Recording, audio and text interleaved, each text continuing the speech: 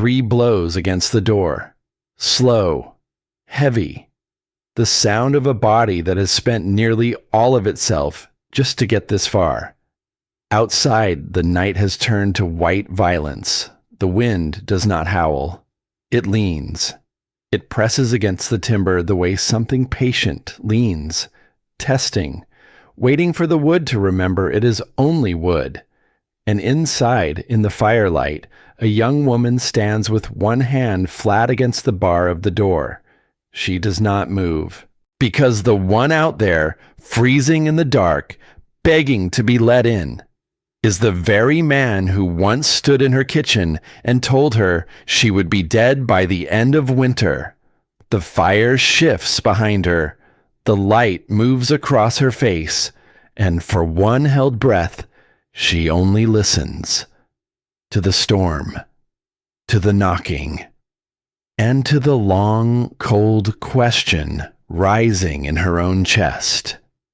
Then the screen goes dark, and the story steps back. Because 6 months before that night, the whole valley had already decided how this would end. They said the 2 orphan girls would not last the winter. Some of them said it kindly.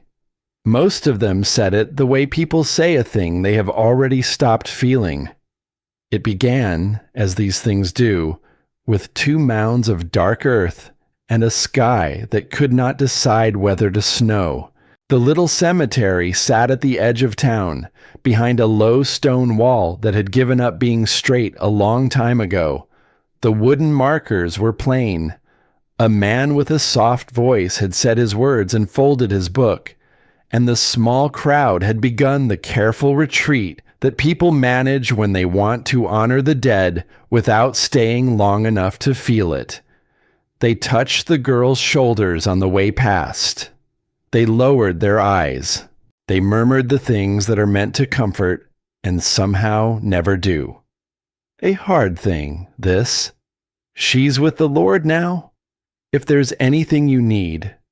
And then they drifted, one by one, toward the warmth waiting somewhere down the road, toward kitchens with full wood boxes, toward suppers that would be eaten and forgotten by morning. By the time the last of them had gone, the cemetery held only 3 living things.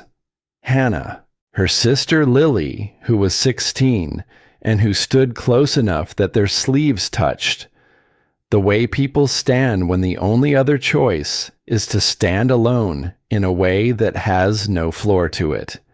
And the dog. Bear sat at the foot of the fresh graves and did not move. He was an old animal, broad through the chest, gray coming into the dark of his muzzle, with eyes that held the steady, settled patience of a creature that has made up its mind about something. He had not eaten since the burial. He did not lift his head when Hannah finally stepped toward him. He did not seem to feel the cold working into his coat. He simply sat there, paws flat on the freezing ground, keeping the only kind of watch he understood. Their grandfather had raised that dog from a pup. He had slept at the foot of their parents' bed for the better part of his life, and now he sat in the cold, refusing to leave the 2 people he had loved, as though staying long enough might somehow change the shape of the morning. Lily's mittened fingers found her sister's hand. Neither of them said the word home. Hannah had been avoiding that word for weeks. She had stopped saying it sometime around the first hard frost, when she noticed the cold forming on the inside of the cabin windows. Not on the glass, but on the wood of the frame itself, which meant the cold was moving through the bones of the house faster than the house could push it back. She had noticed, and she had said nothing, because her mother was already coughing by then, and some truths, once spoken out loud, cannot be folded back up and put away again. "We should go," Lily said. Her voice came out small and frayed at the edges. "Bear won't come, but we should go. Hannah crouched down beside the old dog. She laid her hand on the broad gray head and felt him lean, just slightly, into the warmth of her palm. "Come on, old man," she said softly. "They'd want you out of the cold. You know they would." For a long moment, he did not move. Then, slow and stiff, he rose, and he followed them out through the leaning stone wall and onto the trail home, his head low, his tail still. The walk took the better part of an hour, through snow already past the ankle and climbing. The trees stood dark and dripping along the trail. The light was the flat gray of a winter afternoon that has decided to give up early. Somewhere above them, on the high ridges, the wind was moving through the pines with a sound that was either a warning or just weather, depending entirely on where a person happened to be standing. Hannah kept her eyes on the trail. She did not look at her sister, because if she looked at Lily's face, she would have to feel the whole of it, and there was work to be done before she could afford to feel the whole of it. The cabin appeared through the trees the way bad news arrives, expected, and somehow still wrong. The roof on the eastern side sagged under snow that should have slid off a steeper, smarter pitch. The chimney let out a thread of smoke so thin the wind bent it sideways before it had risen a few feet, which told her the fire she had banked before the burial had eaten itself down to almost nothing. Frost covered the inside of every window, top to bottom, so the whole structure looked sealed, shut tight, like something that had given up on the outside world and was waiting, quietly, to give up on the inside one too. Lily pushed the door open. Both girls stopped on the threshold. The air inside was barely warmer than the air they had just walked through. Their breath still showed. The water bucket by the stove wore a thin skin of ice across its surface, pale and perfect. Hannah crossed the room and opened the stove door and found exactly what she knew she would find. Embers, gray on the edges, dull orange in the center, too far gone to catch anything larger than a sliver without coaxing. She knelt. She fed it small pieces first, cupped her bare hand around the draft, and breathed on it the way a person breathes on something they are not ready to lose. The orange climbed toward yellow. The fire came back, slow, grudging. She knew from too many winters of watching this same fire exactly how the evening would go. It would take hours to bring the room to something a body could stand. By the deep middle of the night, it would sink again, and by the gray of morning, the cold inside would have crept back toward the cold outside with the patient, unhurried persistence of a thing that cannot be stopped, only slowed. Her father had not been a builder. He had been a good man and a fair farmer. Someone who understood soil and weather and the stubborn work of coaxing things to grow in thin, high ground. He had raised these four walls with what he knew, and what he knew had been enough for walls and a roof. It had not been enough to understand what the cold did to those walls, season after season, working into every seam and gap until the house leaked warmth like a cupped hand leaks water. It had not been enough to keep two grown people warm enough to stay well. The cabin had not taken her parents the way storms take people, all at once and loud. It had taken them slowly, night after night of fires that could not hold, of small, daily theft. The body spending on warmth what it should have been saving for healing, until there was simply nothing left in the cupboard When the cold finally found its way down into their chests and stayed, Lily sat on the edge of their parents' bed without taking off her coat. She had not spoken since they came through the door. Her hands rested folded in her lap, and the perfect stillness of her was worse, somehow, than tears would have been. She looked like a girl waiting for someone to come back and tell her what to do next. But there was no one left to tell her. There was only Hannah. And Hannah was 19, and frightened in a place too deep to show. And she understood with a sudden, sinking clarity that whatever happened to the two of them now would happen because she made it happen, or failed to. She set another log on the fire and watched the bark catch. And she thought about her grandfather. Eli Mercer had been gone for years, but grief and cold seemed to bring the dead close, sharp and sudden and almost touchable, and just then the memory of him arrived whole. He had been a builder of a different kind, not the ordinary kind. He had spent the long middle stretch of his life moving through hard country, ridge settlements, old worked-out mining cuts, the scattered edges of places where people built things that simply had to work. Because out there, failure was not an inconvenience. It was the end of you. He had studied what those people built into hillsides, against rock, into the earth itself.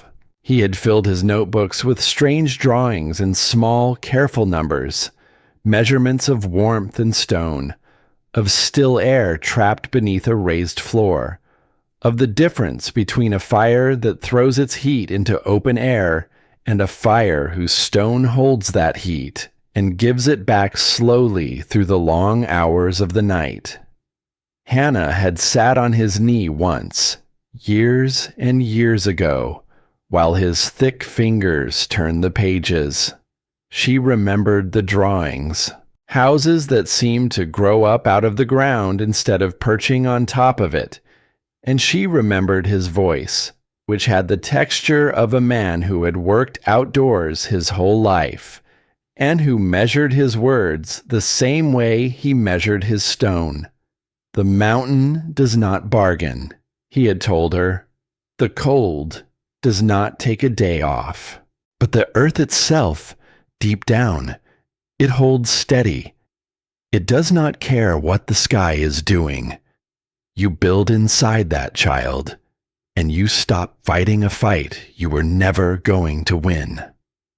She had been small. She had nodded and looked at the pretty drawings and filed the whole thing away somewhere in the back of her mind under interesting, without ever once understanding what it was for. Now, standing in a cabin that had quietly taken her family apart, she was beginning to. The knock at the door was not soft.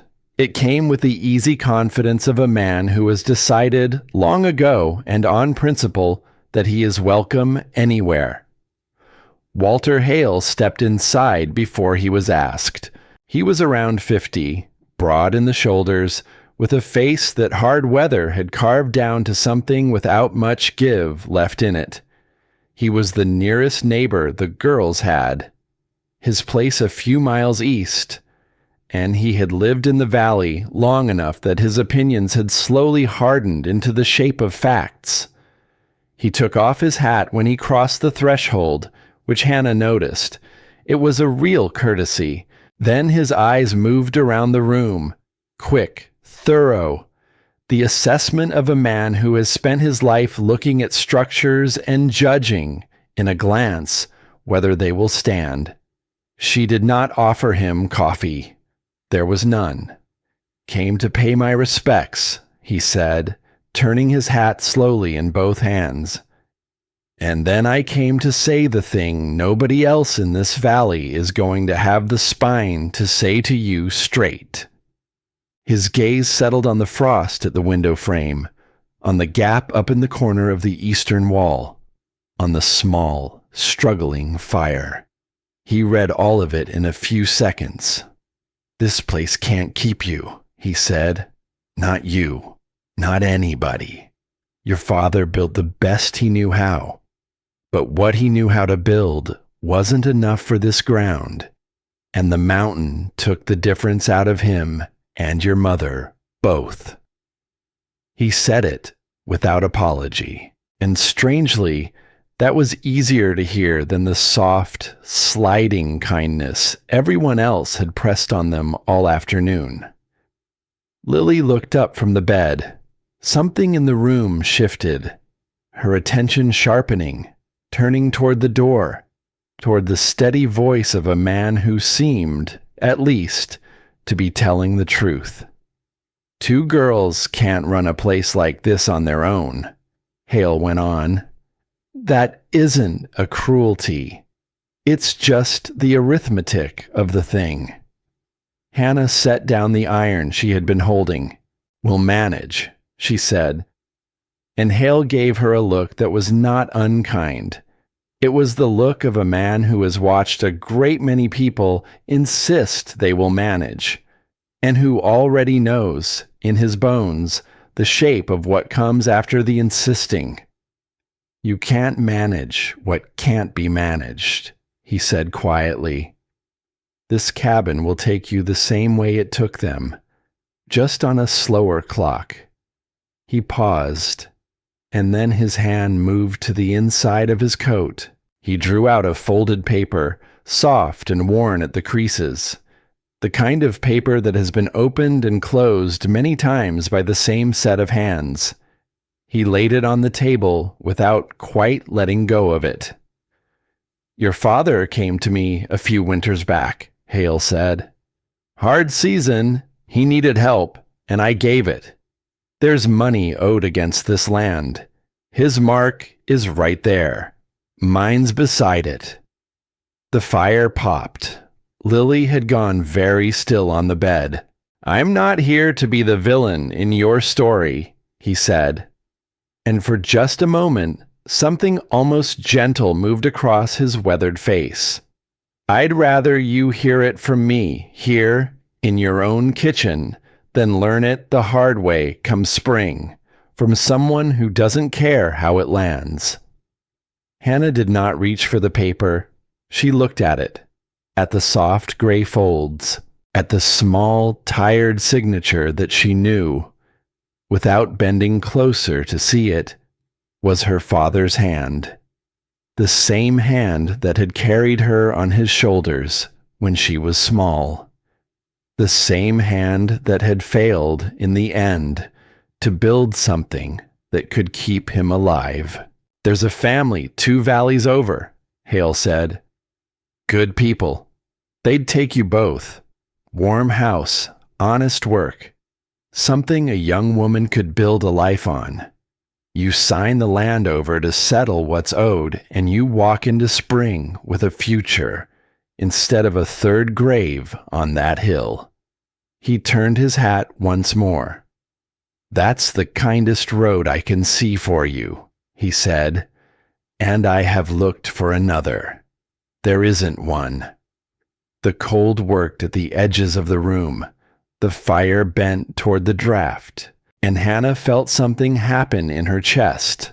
Not anger, which rises and rushes outward and burns itself out, but something heavier, something that moved downward, settling, finding its proper place, the way weight finds the floor and decides to stay there. "My grandfather," she said. Her voice came out lower and steadier than she had expected. She had not known, until that moment, that she owned a voice that sounded like that. "My grandfather knew how to build for ground like this. He left it written down. Every measurement. Every reason a thing was built the way it was built." Hale looked at her for a long moment. Then he laughed. It was not cruel. It was not for show. It was the genuine, tired laugh of a man who believes he has heard every kind of foolishness this valley has to offer. and is mildly entertained to discover there is one more. Your grandfather, he said, worked in another country, in another life. This is a different mountain with different bones. Whatever he scratched down in some notebook doesn't change the arithmetic of two girls alone on the high ground in the dead of winter. He set the folded paper down at last.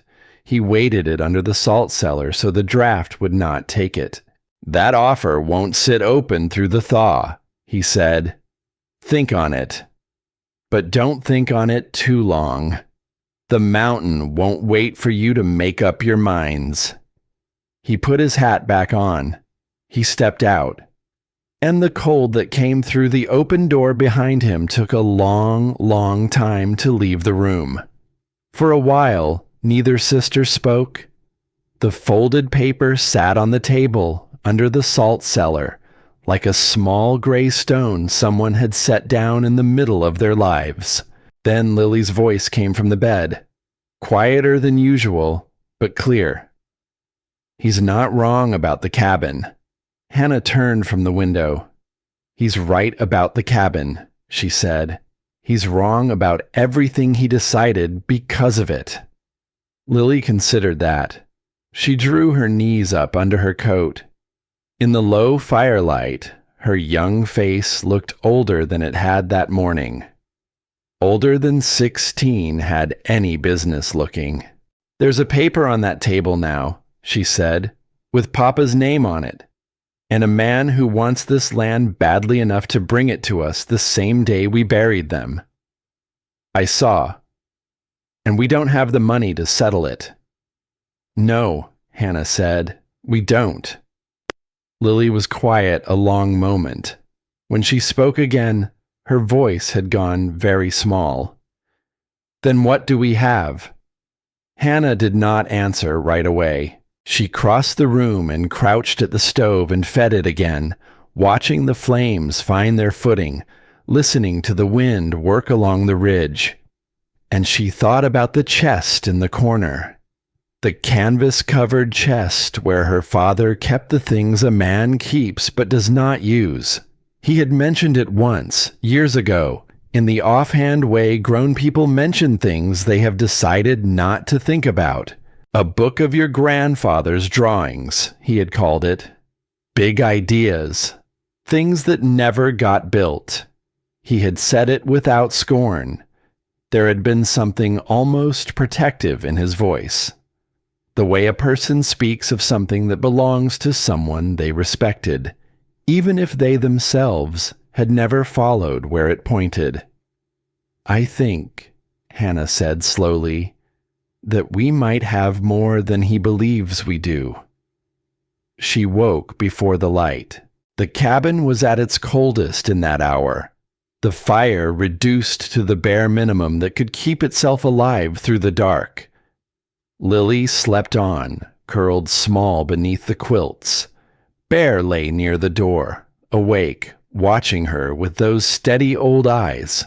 Hannah dressed without sound, and she went to the corner and knelt and lifted the lid of the chest.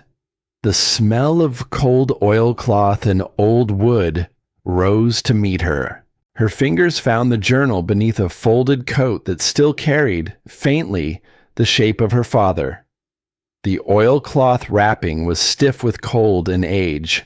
She peeled it back, slow and careful, the way a person opens something they are half afraid to wake. And there it was, a thick book, its cover worn soft at the corners, its pages swollen a little with damp and time. She opened it on her knees, there in the gray dark, with the dog watching and the fire ticking low.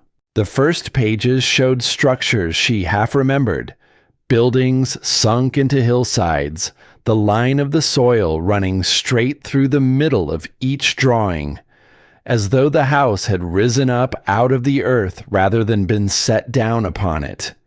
Numbers crowded the margins, small, neat, patient numbers, readings taken in the deep cold, The same kind of reading turning up again and again, steady, season after season. The figures did not look like measurements. They looked like proof. She turned the page, and the next. Covered walkways, walls of solid rock, drawings of floors lifted up off the ground, with the empty space beneath them labeled and explained in a careful hand. Still air, one note read. It holds the warmth because it cannot move. And what cannot move cannot carry the heat away. Hannah's breath came slow. The fire ticked.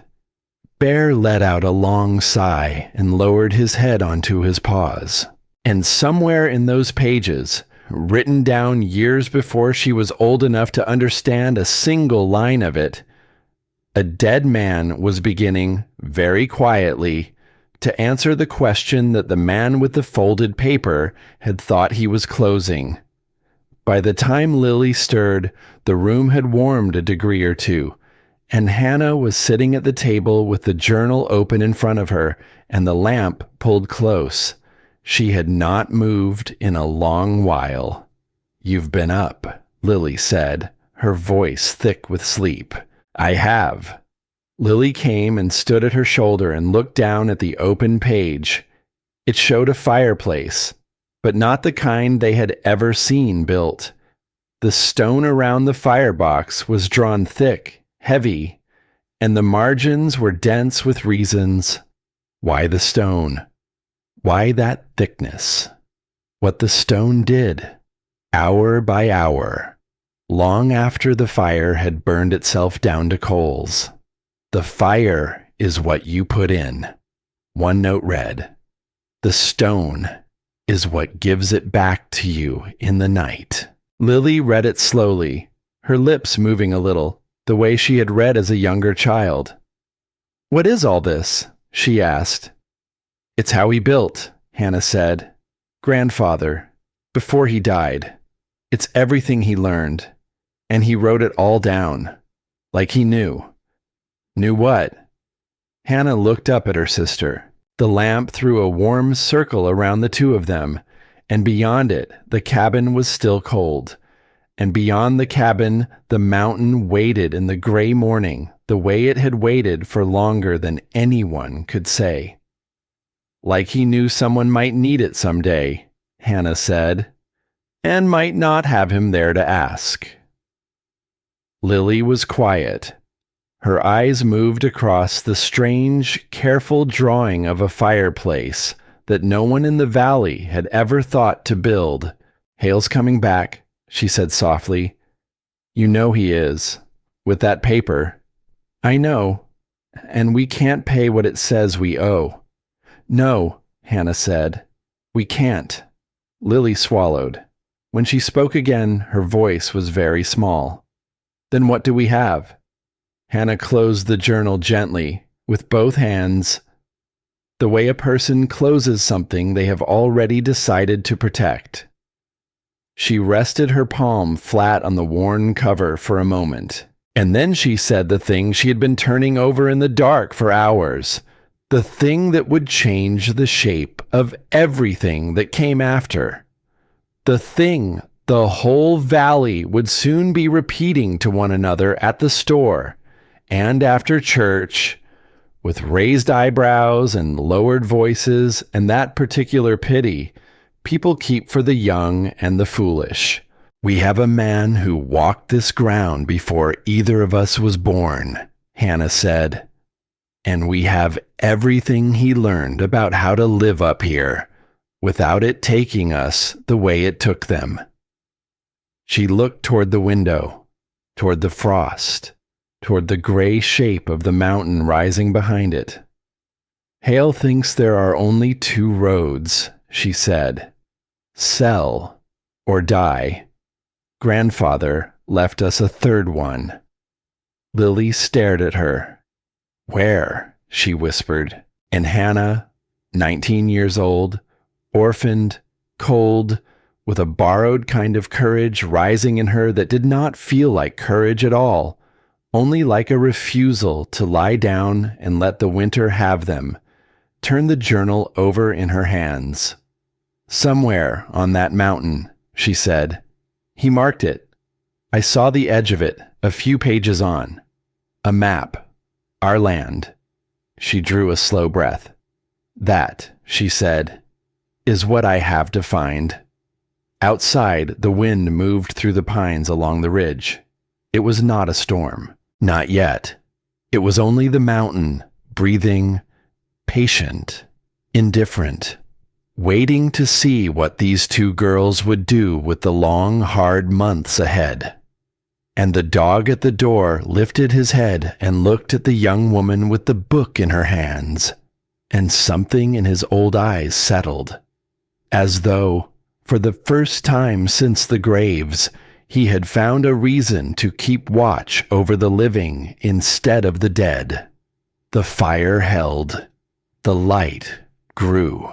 And the morning that would begin all of it, the climb, the cave, the long, impossible work, the laughter of the town, and a storm still half a year off with its 3 failing blows against a door.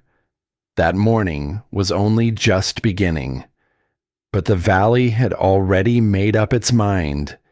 They said the 2 orphan girls would not last the winter.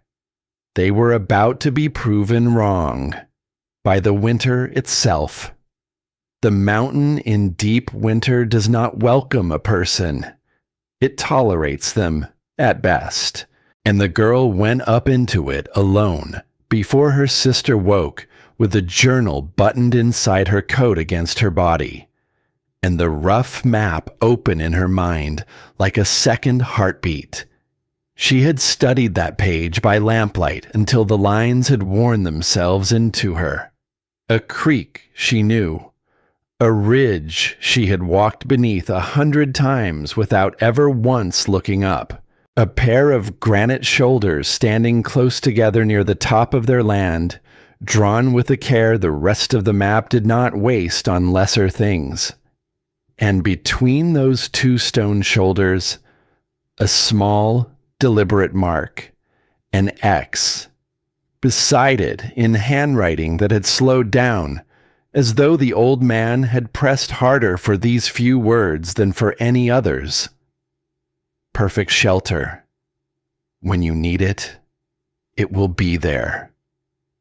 She had read that line 12 times in the dark, and every time something in her chest had pulled tight, because it did not read like the idle note of a man drawing big ideas that never got built.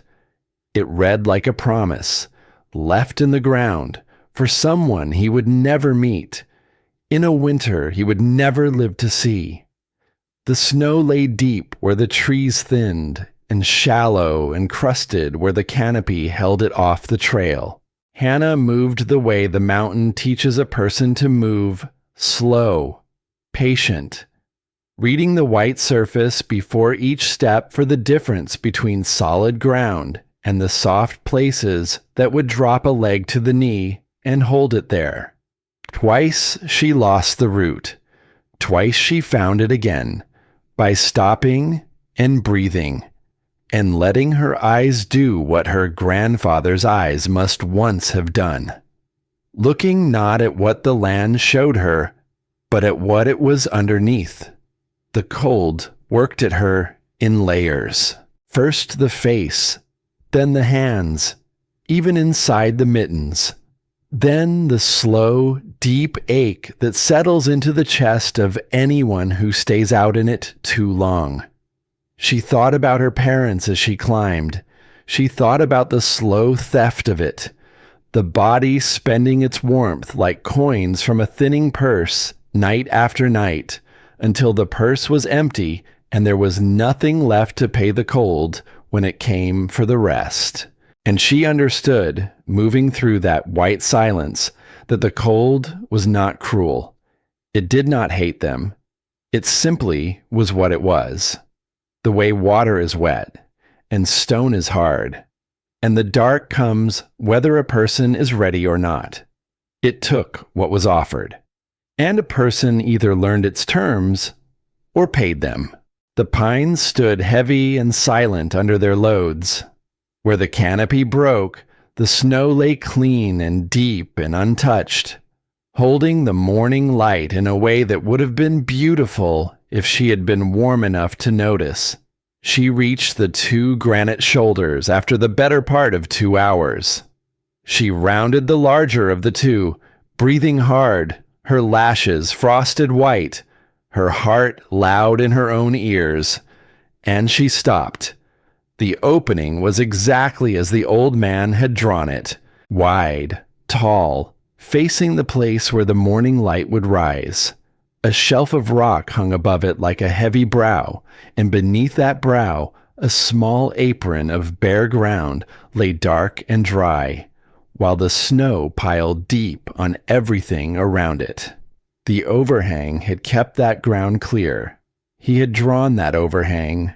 He had written one word beside it, on the page folded against her heart: shelter. Hannah stood at the threshold and felt the change before she ever crossed it. The wind, which had been shoving at her back for 2 hours, simply let go. She took a step inside, then another. 10 steps in, the wind was only a memory, a far-off complaint on the other side of the stone. 20 steps in, the cold that had been working through every layer she wore began, quietly, to loosen its grip. Not warmth, exactly. Not yet. But the absence of that cutting edge. A stillness that felt, strangely, almost like being held by something. She pulled off her right mitten. She held her bare hand up into the dim, even air. And she felt it. Not the cold of the world outside, which had a number on it that would frighten any sensible person. Something steadier, something that did not climb or fall with the mood of the sky. A cool, level presence that her grandfather had measured years ago with a careful instrument and written down again and again in his patient little columns of numbers. The temperature of the earth itself, deep down, where the weather could not reach to change it. It held. It did not bargain. It simply held the way he had said it would hold. And standing there in the half-dark, with her bare hand in the air and her breath barely showing, something moved through Hannah that she had not felt since before the first frost, since before the coughing, since before the 2 fresh mounds of dark earth. It was not quite hope. Hope was too light a word for the weight of it. It was more like the feeling of finding solid rock under your boot after a long, treacherous stretch of soft snow that had been trying, the whole way, to swallow you. The mountain had been killing her family. And here, the whole time, just up the slope from the cabin where they had slowly frozen, the same mountain had been holding open a place where they could have lived. Her grandfather had known. He had walked this ground. He had found this hollow in the living rock. He had measured it, mapped it, and drawn what it could become. A wall of timber across the front, a stout door, windows to catch the low winter sun, a floor lifted clear off the cold stone, and against the inner wall, a great fireplace of fitted granite that would drink the heat of an evening fire and give it back, slow and steady, through the whole long night. He had planned a home, and then he had run out of time, with the plan folded in oilcloth and the knowledge waiting patiently in the ground, for whoever might come who needed it. She had come. She had needed it. She pressed her palm flat against the cold granite wall and felt nothing give. No flex. No seam where the winter could work a finger in and begin to pry. These walls would not gap in a hard freeze. These walls would not let the cold come through and take what it pleased, 1 degree at a time in the dark, while a family slept and trusted and did not know they were being robbed. She stayed a long while. She walked the length of it, counting her steps against the numbers in the journal, reading the floor with her boots, looking up at the dark shaft in the ceiling that her grandfather had marked with a single careful arrow. The natural chimney that would carry the smoke up and out. And when at last she came back to the mouth of the cave and stood in the thin morning light, she did not say anything out loud. There was nothing that needed saying. The old man had been right. The mountain would hold. The only question left in the whole world, just then, was whether 2 orphaned girls could build the thing he had drawn, with the little that they had. And the answer arrived without any drama at all. They would have to. Lily heard the whole of it standing at the cave's mouth the next morning, with the journal open in her hands and the drawings tilted toward the pale light. Her first response came after a long silence. "You want us to live in a cave. I want us to survive the winter," Hannah said, "and every winter after this one. What I want us to live in is what he designed. The cave is only the shell, Lily. The house goes inside it." Lily walked through the entrance. She stood in the still interior, which was colder than the warm months, but warmer than the cruel world outside, and which would have startled her if her sister had not warned her what to expect. She looked up at the ceiling. She looked at the granite walls, smooth in places where ancient water had worn them, rough where the rock had broken along its own grain. She looked at the floor, which was stone, but level and dry. Then she pulled off one glove, the way Hannah had told her she would want to, and she held her bare hand up in the air, and Hannah watched her sister's face change. "It's holding," Lily said very quietly, more to herself than to anyone else in the world. "It's just holding." "Always," Hannah said. "It does not bargain on that number. It's the one thing on this whole mountain that does not change its mind." Lily was quiet for a long moment. In the dim light of the cave, her young face was harder to read than usual, but something in the set of her shoulders had shifted. The stiff, frozen grief that had held her rigid since the graves had loosened, just a little, and in its place was the first small, fragile movement toward a decision. "They'll say we've gone out of our minds," she said at last. "The whole town. They already think we're helpless. This will finish the matter for them." Hannah let that settle in the still air. "A little more laughter," she said. "Costs us nothing we haven't already lost." The wind moved through the pines above the cave's mouth, and the sound of it was either a threat or simply weather, depending entirely on which side of the stone a person happened to be standing. Lily looked down at the drawings again. She looked at the great fireplace her grandfather had sketched, and the careful little words crowded around it like a fence around something precious. And then she said the thing Hannah had been waiting to hear without quite knowing she was waiting. "Show me," Lily said. "Show me what we have to build. All of it. From the very start." And in the cold mouth of that cave, the two of them, orphaned, laughed at, and entirely alone in the world but for each other, bent their heads together over a dead man's drawings, and began. The news reached the town before the week was out.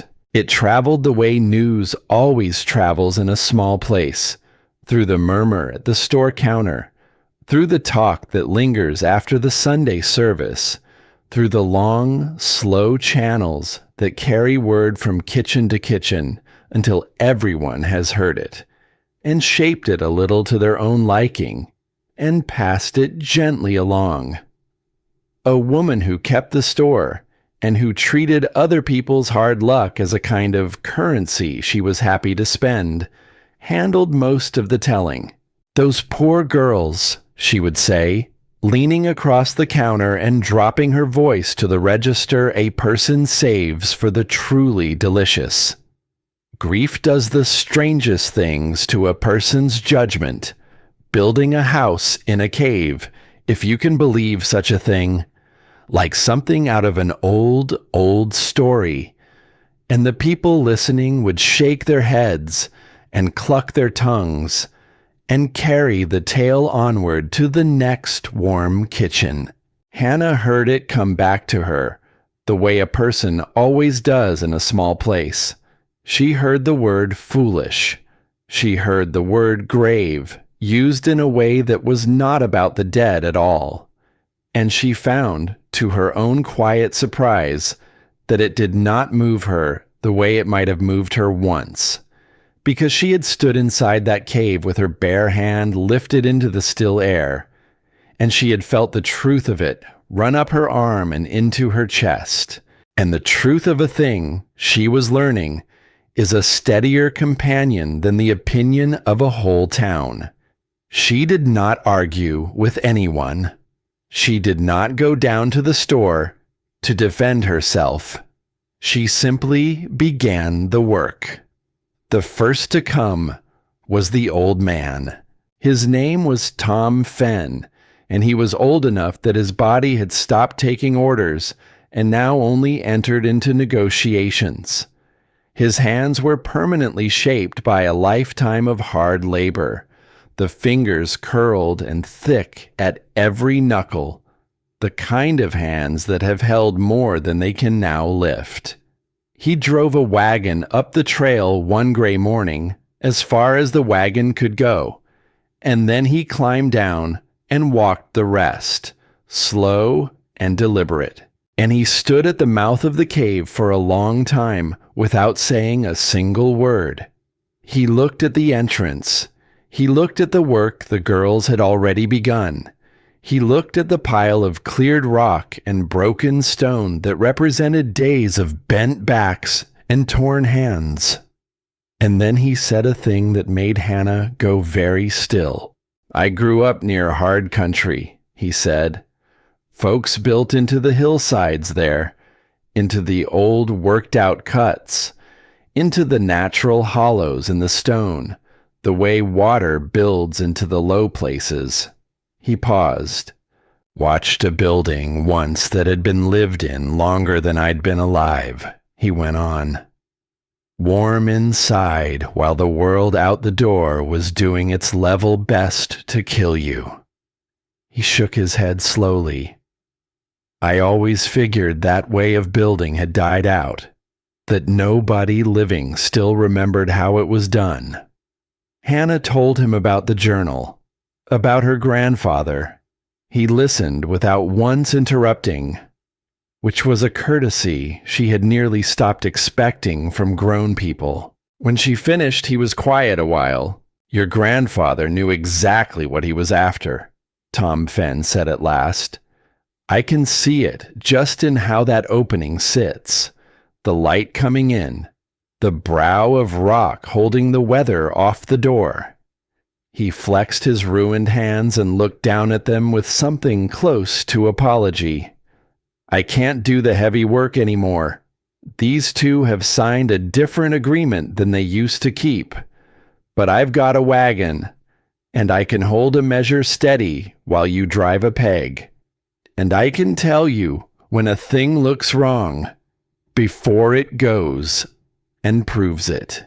He looked at the pile of cleared stone. "Tell me where you want that hauled," he said. And that was all the asking either of them needed to do. The widow came next. Her name was Cora, And she had buried her own husband a few winters back, when the roof of their cabin failed beneath a weight of snow that no one had thought to expect. She had rebuilt that cabin alone the following spring. She had lived in it alone ever since. And she had been watching the girl's strange project from a distance for weeks, with an expression that Hannah had first mistaken for plain skepticism. It was not skepticism. Cora appeared at the mouth of the cave one afternoon, with no introduction and no soft words to ease her way in, which turned out to be exactly who she was, all the way down. "There's no charity in this," she said, her voice flattened to its plainest possible shape. "I didn't climb up here to help two girls out of pity. Pity's a thing I ran clean out of a long time ago." Lily looked up. Hannah set down the rock she had been carrying. "My husband built our place the best he could," Cora went on. "The best he could wasn't enough. And the cold found the weakness he never knew was in those walls. And it took him out through it. Slow. The way it does." There was no self-pity anywhere in the words. Whatever pity she had once carried for herself, she had set it down somewhere far back on the road and had not picked it up again. "I have been trying to decide every winter since what a person is supposed to do with a thing like that," she said. "And if there's a way of building that changes the answer, then I want to learn it well enough to do it with my own hands, for myself, so no one ever has to find me the way I found him." The wind moved through the cave's mouth. "More hands is faster work," Hannah said quietly. "And everything I know, I'll teach you as we go. You won't owe me a thing for it." Cora looked at her for a long moment. Then she nodded once, and she bent down and picked up a rock and carried it to the pile. The young man came last. He was 18, lean in the way young men get when they work with their bodies, with a watchful steadiness in his eyes that Hannah recognized at once. The look of a person who solves a problem by studying it from every side rather than by throwing himself against it. His name was Caleb. He came up the trail alone, on foot, and he stood at the mouth of the cave and looked at the work. And the first thing he did was not laugh and not pity, but ask a question that was not about whether the thing was foolish, but about how the thing worked. "The fireplace," he said, nodding at the journal page Lily was holding open. "The thick stone all around the firebox. That's not for show, is it? That's the whole point of it." Hannah looked at him for a moment. "That's the whole point," she said. "My mother feels the cold worse every year," he said simply. "It gets down into her, and she can't get it back out again. Sits in her hands and her bones all winter long." He glanced around the cave, at the level floor, at the dry stone, at the great hollow waiting to be made into something warm. "Folks down below have been laughing about this for weeks. I came up to see how foolish it really was." He was quiet a beat. "It doesn't look foolish to me," he said. "It looks like somebody finally went and asked the right question." He drew a small book out of his coat pocket. "A book for taking notes. Teach me," he said. "Not just enough to help you carry rock, enough to understand it, so that when the season turns, I can build one of my own, for her." And Hannah recognized in him the very thing that had risen in her own chest at the cave's mouth, with her bare hand lifted into the still air. Not curiosity, need. The deep, patient kind of need that comes when someone you love is suffering from the same cold that has already taken people from you.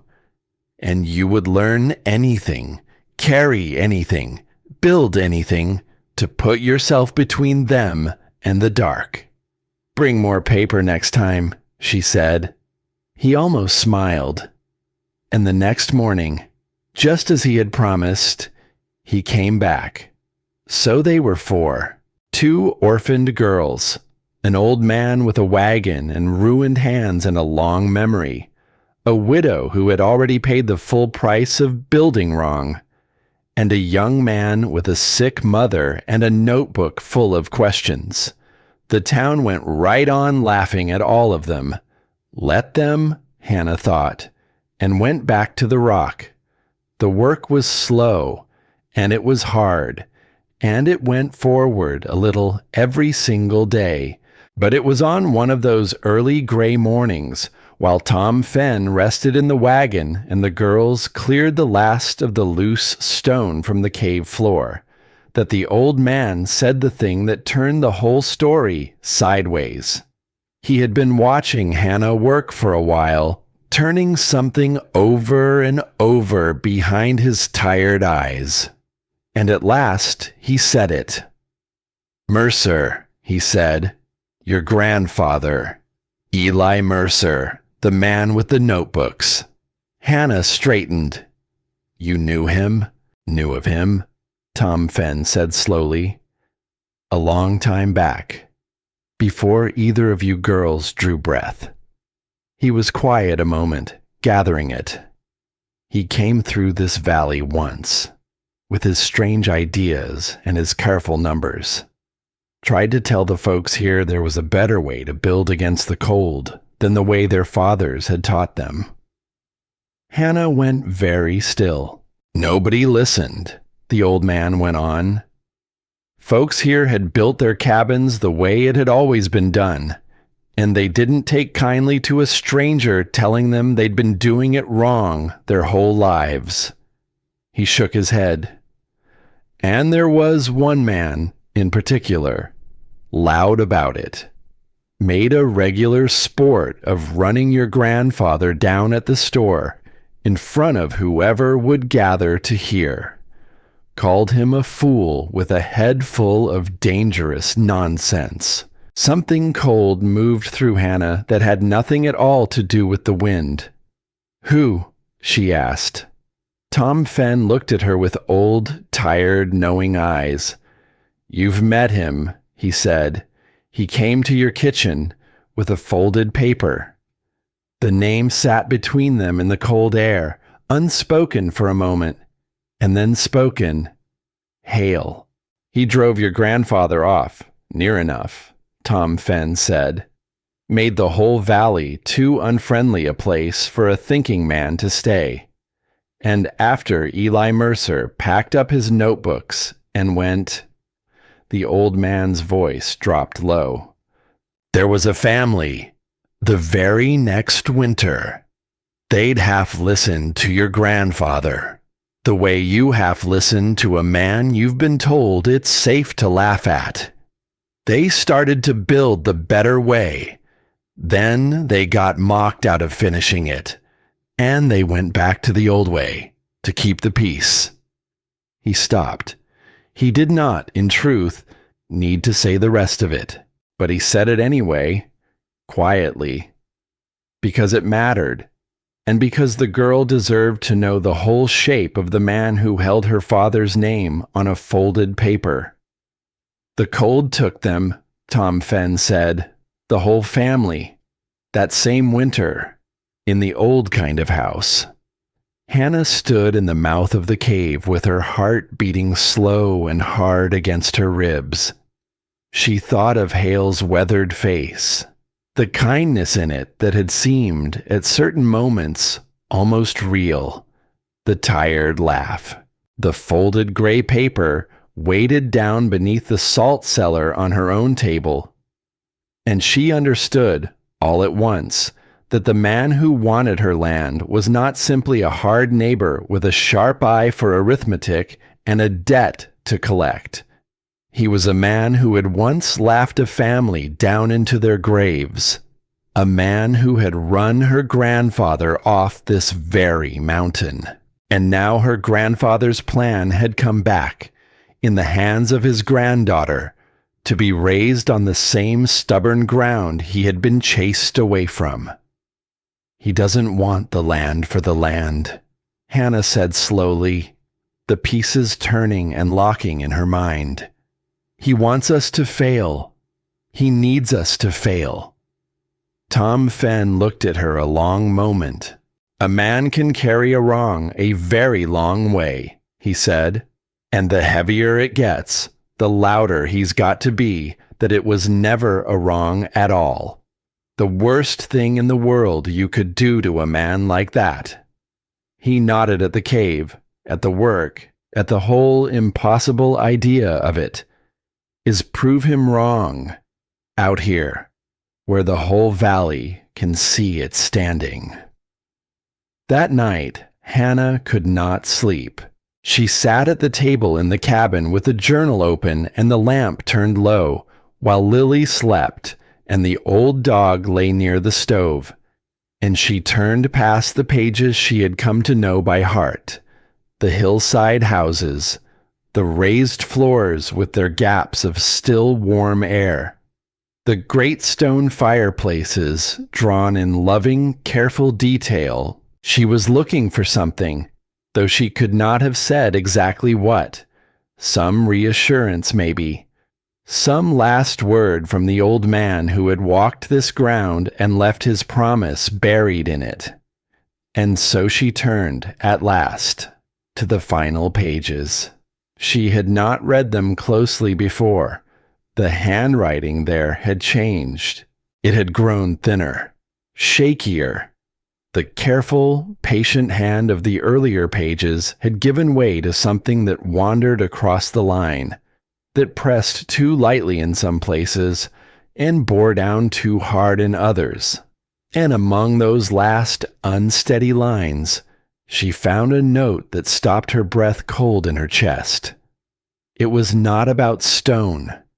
It was not about heat or air or the steady number of the earth. It was a man speaking softly to no one, and to everyone who might one day come after him. The ground is walked and the place is found, it read. The plan is drawn as well as these hands can draw it. The hope was always to build it, to prove the thing with timber and stone, instead of only promising it on paper. But the body keeps its own calendar, and mine, it seems, is nearly run. So this will have to be enough. The plan, the place, and the faith that someone will come along who needs it badly enough to finish what these old hands cannot. Hannah read it once, and then again, and then a third time, slowly, while the lamp guttered, and the truth of it settled down into her, slow and cold, and perfectly clear. Her grandfather had never built this. He had found the cave. He had measured every inch of it. He had drawn each line and written out every patient reason. But he had died with the work entirely undone.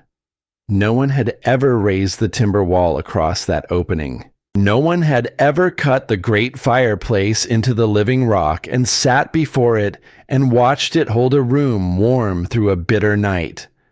The thing she was asking 3 good people to risk their backs and their whole winter on had never once in all the world been proven to work. It was not a method.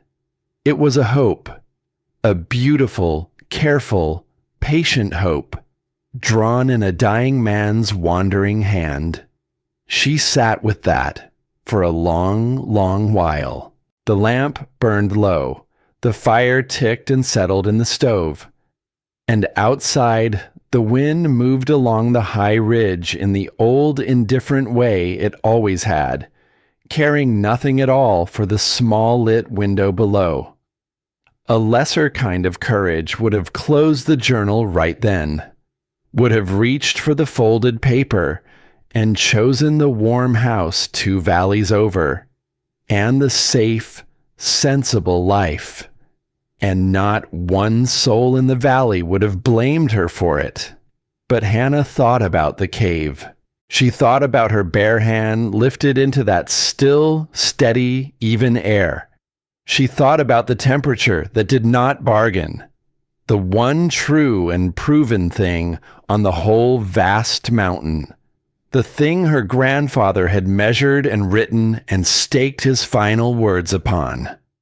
The plan was unproven, but the mountain was not a guess. The mountain held. She had felt it hold, with her own hand, in her own bones. And a thing that had never yet been built was not the same as a thing that could not be built. Hannah closed the journal gently, with both hands, the way a person closes something they have already decided in their heart to protect with everything they have. She looked at her sleeping sister. She looked at the old dog, who lifted his head and met her eyes in the low and failing light, steady as the granite itself. "All right," she said softly, to the dog, to the dark, to the long dead old man whose faith was now resting, whole and heavy, in her 2 hands. "You found the place. You drew the plan. You believed someone would come."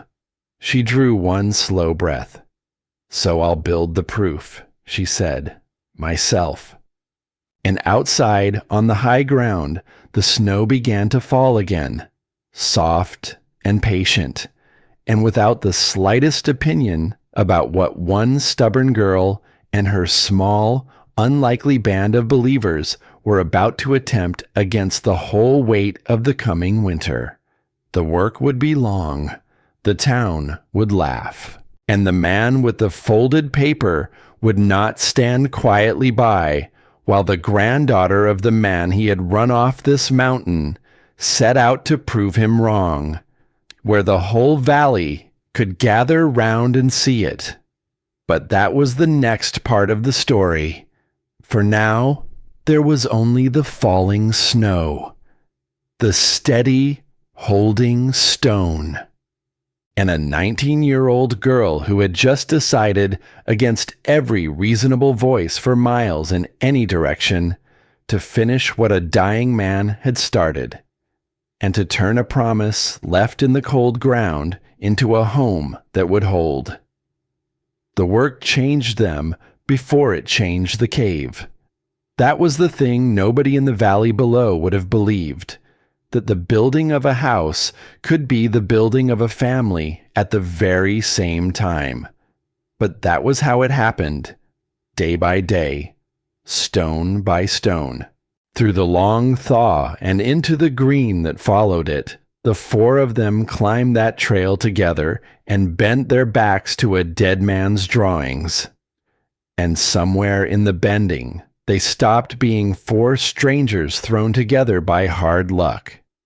They became something the journal had no word for. The floor went down first. That was how the old man had written it, and so that was how they did it. Long planks, split and trimmed by hand, laid across raised crossbeams, and beneath them a careful gap of empty space between the wood and the cold stone underneath. Cora asked why on the first day of the floor work. She was not a woman who did a thing without understanding it, and Hannah explained it the way her grandfather had explained it on the page, that still air, trapped and held where it could not move, was a better blanket than any blanket a person could buy. Because what cannot move cannot carry the warmth away. The gap beneath the floor was a held breath, a pocket of stillness that neither the cold rising from the stone nor the heat falling from the room above could easily cross. Cora knelt and pressed her hand to the new planking and was quiet for a while.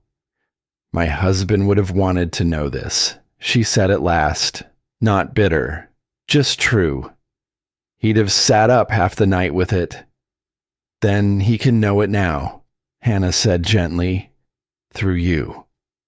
And Cora looked at her, and something passed between the two women that did not need any more words laid on top of it.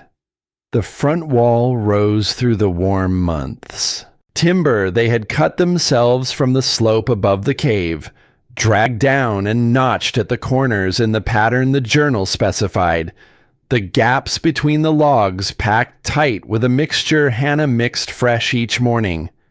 It was slow. It was heavy. The young man, Caleb, proved to have a gift for it, a steadiness in his hands and a patience in his eyes that made him ask the right question at the right moment, the kind of question that saved a whole afternoon of doing a thing wrong. He filled his little notebook. He filled it again. And in the filling of it, Hannah found that teaching him sharpened her own understanding, that explaining a thing out loud forced her to truly know it, and not merely to feel it. They worked close, those two. Closer, maybe, than either of them had quite noticed yet. The old man held the measures and called out the level and rested in the wagon when his body sent up its bill. The widow framed and packed and lifted with a strength that surprised the young men of the valley who came up, now and then, to watch and to scoff. And the dog lay in the dry shade of the overhang and watched all of it, having decided somewhere along the way that these were his people now, and this was his place. But the mountain does not give a thing away for free. And on a thinning afternoon, when the light was already leaning toward evening and the day's good hours were nearly spent, the mountain sent up its bill. They were fitting a log into its notch, high up on the third course of the wall, with Lily working the scaffolding while Hannah steadied the timber from below. The scaffold had been built from scrap. It had been good enough. It had been watched and tightened and trusted. And then, without warning, one of its joints simply let go. The log rolled. Lily went with it, sideways, off the platform and toward the pile of broken rock at the base of the wall. There was no time to think. Hannah did not decide to move. Her body decided for her. She threw herself forward and got one arm hard around her sister's waist and turned the whole direction of the fall with the weight of her own body. And the two of them went down together, into the rock and the dust. Lily hit the floor, but Hannah was under her, between her and the worst of the stone. And Hannah's shoulder found a rock that did not move, did not give, did not care. And something inside that shoulder shifted in a way that sent the breath out of her in one white-hot rush. For a moment, the whole world narrowed to that one point of pain. Then it widened again, and there was Lily's face above her, gone the color of the snow, both hands pressed flat to her sister's chest. "Hannah, Hannah, look at me." The widow was there in an instant, hands moving along the shoulder with the quick competence of a woman who has handled every small emergency of a solo life alone. "Not broken," Cora said after a moment. "Strained. Bad. You'll lose the use of it for a few weeks." She looked up, and her plain face was tight. "It could have been the neck. It could have been the skull. Do you understand me? It could have been a great deal worse than a shoulder." Lily sat back hard against the unfinished wall. She was shaking now, not from cold, from the thing that comes after the fear, when the body finally understands what it nearly lost. "We should stop," she said. Her voice was very small. "This is how people get hurt up here, Hannah. This is how people get killed, doing a thing nobody else thinks can be done. And Hannah lay there in the rock dust, holding her ruined shoulder against her chest, and looked up at the wall, at how far they had come, at how much was still left to raise. And she found her voice, low and steady, even through the pain. "If we stop now," she said, "we hand every soul who laughed at us the exact ending they already wrote for us." She drew a careful breath around the hurt. "We hand it to Hale. We hand it to the town. And worse than that, Lily. We hand it to ourselves. And not one of those is a thing a person comes back from." She waited until her sister met her eyes. "A shoulder heals," she said softly. "This chance does not come around twice." Something moved across Lily's young face, not quite resolve, but the thing that comes just before resolve, the moment when a person stops weighing the choices and simply accepts the ground they are already standing on. Lily got to her feet. She walked, slow and shaking, to the failed scaffold. She crouched and looked at the broken joint, and ran her fingers along the splintered wood, and then she went very still. "Hannah," she said. Something in her voice had changed. "Hannah, come look at this." It took Hannah a moment to rise, cradling her arm. The old man helped her up, and the four of them gathered around the broken joint while Lily held it toward the failing light. "A joint pulls loose over time," Lily said slowly. "It works itself free. The wood splinters where it's been straining. We've all seen it. That's what we built it to watch for." She turned the broken piece in her hand. "This didn't splinter," she said. "Look, this was clean. This was cut. Someone took a blade to it and left just enough to hold through a few hours of work, and then to fail." The silence in the cave's mouth went deep and cold.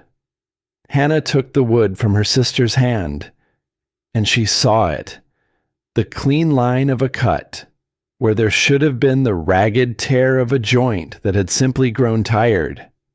Someone had come up the mountain in the dark. Someone had wanted that scaffold to fail, with one of them standing on it. They found him the next morning, not through searching. He came to them, a young man near Caleb's age, thin and badly dressed against the cold, with a face that could not hold still and eyes that could not seem to land anywhere. He stood at the edge of the clearing for a long while before he found the nerve to step into it. And when he did not run. He stood there with his hat crushed in both hands, the way a person stands at the very end of their courage, and he looked at Hannah's arm bound up in its sling, and the words came out of him in a rush, like water through a broken dam. "It wasn't supposed to be a person," he said. "I swear it before anything holy. He told me to make the work go wrong. Slow you down. Make it look like the mountain was beating you, so you'd quit and go. He never said anyone would be standing on it. I never thought..." He stopped. He could not look at the sling. "I work for Hale," he said, quieter now. The fight all gone out of him. "Have for years. He holds my family's place the same way he holds yours. A paper and a mark on it, and a winter we couldn't pay. He said if I helped him, he'd forgive what we owe. And if I didn't..." He did not finish. He did not need to. The widow took a step toward him with murder in her eyes, and the old man put out one curled hand and stopped her. And they all looked to Hannah, because it was Hannah's shoulder in the sling, Hannah's sister who had nearly gone into the rocks. It was Hannah's right, by every law a person carries in their chest, to say what happened next. Hannah looked at the young man for a long time. She saw the fear in him. She saw the shame, which is a heavier thing, and she saw, underneath both of those, the same shape she knew from her own life. A person backed into a corner by a man who held a folded paper, and made to choose between a wrong they hated and a winter they could not survive. "How old is your sister?" Hannah asked. The young man blinked. It was not the question he had braced for. "8," he said. "She's 8. Hannah nodded slowly. "And Hale told you that if you let 2 girls freeze," she said, "your 8-year-old sister would have a roof." The young man's face crumpled. "Yes," he whispered. The whole clearing held its breath. And then Hannah did the thing that nobody there expected. Least of all the young man who had come up the mountain certain he was walking toward whatever punishment he had earned. She held out her good hand. "Then you understand exactly what we're building here," she said. "And exactly why." He stared at the offered hand as if it might be a trick. "I'm not going to hand you over to anyone," Hannah said. "I'm not going to do to you what he did to you. There's enough of that in this valley already.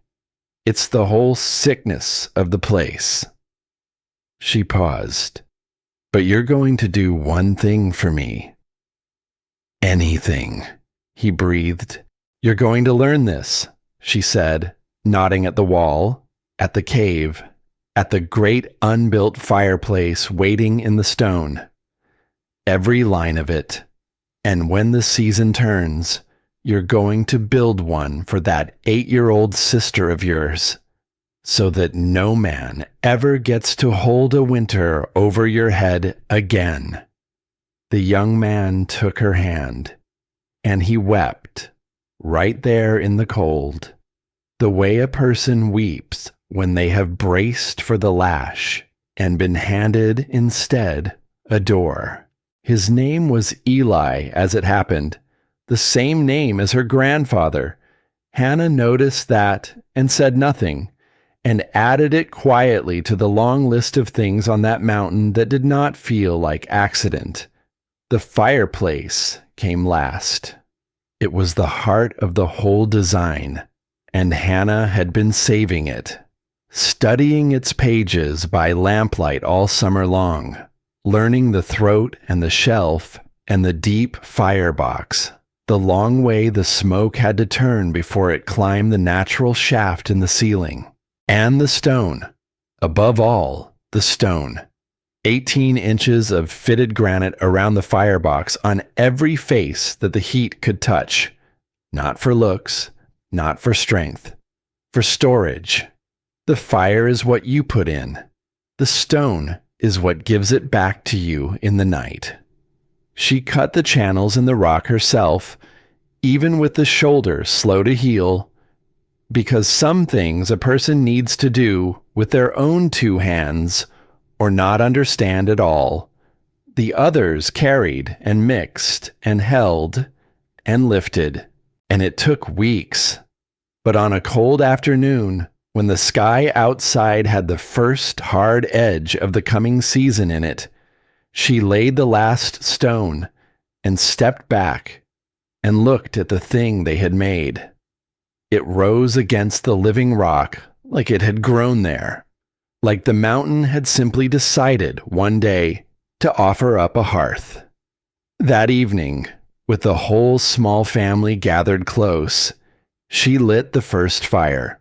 The flames found their shape. They climbed. The smoke turned its long turns and went up and out, clean, just as the old man had drawn it. And Hannah sat down before it and held her bare hand toward the stone, not the flame, the stone, and waited. It would take time, she knew, days of burning before the great mass of granite reached its full and steady warmth. but she felt the difference all the same.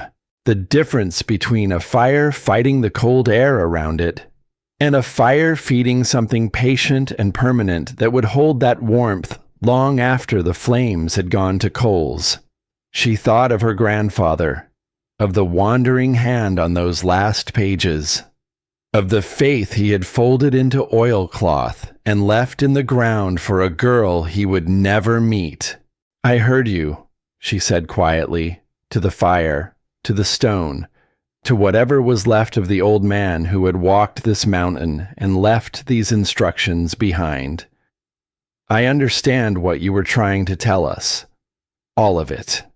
The embers crackled, and somewhere far up on the high ridge, the wind was beginning to organize itself around something much larger than weather. The sky changed first.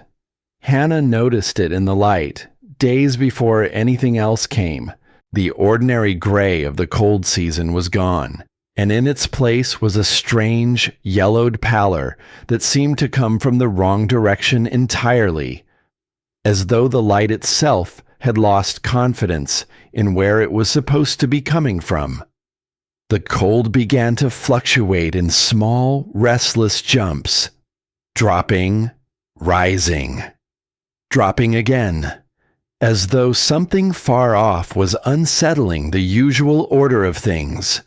The birds changed. The small ones that ordinarily scattered loose across the slope had drawn together into the trees above the cave's mouth, in dense, silent crowds. Too many in one place, not moving, and Bear would not settle. He had been, all his long life, a calm animal, the particular calm of a working dog given a clear and steady purpose. But for 3 days now, he paced the length of the cave house in the evening hours, pausing at the door, moving back, pausing again, watching something out past the range of any person's senses, his old body tight with a knowledge his people could not reach. It was the old man who put a name to it. Tom Fenn came up to return a borrowed tool, and he stepped outside after, and stood looking at that sickly yellow sky for a long, long moment, in the posture of a person consulting a memory they would rather not have. "Seen that color a few times in a long life," he said, without turning around. "Not many. And never once did it mean anything but trouble." He paused. "Not the usual kind. The kind that writes itself into people. The kind folks still talk about, years on, in the low voice they keep for the worst of things." He turned back toward the cave's mouth. "How long?" Hannah asked. "Days, maybe," the old man said. "Maybe a week." He squinted up at the strange light. "But I've been wrong before. I hope to be wrong now." He was not wrong. It came on the deep dark before dawn. Hannah woke to sound rather than to cold. A low frequency beneath the range of ordinary wind, felt more in the chest than heard in the ears. The building roar of something very large, finding its full speed at last. She lay still and listened. Then she rose without waking the others and went to the door and opened it a hand's width. And she understood at once that what was out there bore no resemblance to any weather she had measured in all the long months of building. The wind was not blowing in a direction. It was turning, pulling from 3 sides at once, driving the snow sideways in sheets that made the very idea of seeing pointless. She could not find the tree line. She could not find the brow of rock above her own head. She could only feel the pressure of it against her face through that narrow gap, and the pressure was not like cold. It was like weight, like force, like the full intention of something that had been gathering itself for days and had now, at last, arrived. She closed the door. She dropped the heavy bar into its brackets. She checked the thermometer she kept inside. The fire had been banked since the evening. The great stone mass was full and warm, and the needle inside the cave house held steady, holding the room in a kind of stubborn defiance of the violence on the other side of the wall. She fed the fire, and she sat down in the chair beside the door. And she waited. It ran for 2 days before it showed her what it truly was. 2 days of that sustained, unbroken roar that no longer rose or fell, because it no longer needed to. 2 days of snow piling up the front wall, climbing the windows from the bottom until the light through the glass had gone from a thin gray line to nothing at all. Inside, the family endured. Lily read by lamplight. Cora mended by feel. Caleb and the young man, Eli, who had come up to ride out the storm rather than face it alone in a failing cabin, carved at scraps of pine and spoke in low voices, and the stone held, hour after hour. Through the dark and through the gray that passed for day, the great fireplace drank its fires and gave the warmth back slow, and the floor stayed warm beneath their feet, and the walls did not pass the killing cold through to the other side. Hannah did not sleep much. She could not. Not because she expected a failure, but because she could not make herself stop listening. And it was on the second night, past the deep middle of it, that the dog moved. It was the stillest, blackest hour. The storm had settled into that constant register that the mind eventually mistakes for silence, simply because it never changes. Hannah was in the chair, awake. Lily slept in the loft. The others slept in their corners, and Bear lifted his old head from the warm hearthstone. His ears came forward. His whole body went into the particular total stillness that an animal produces when every scrap of its attention has poured into one single channel, leaving nothing over for anything else.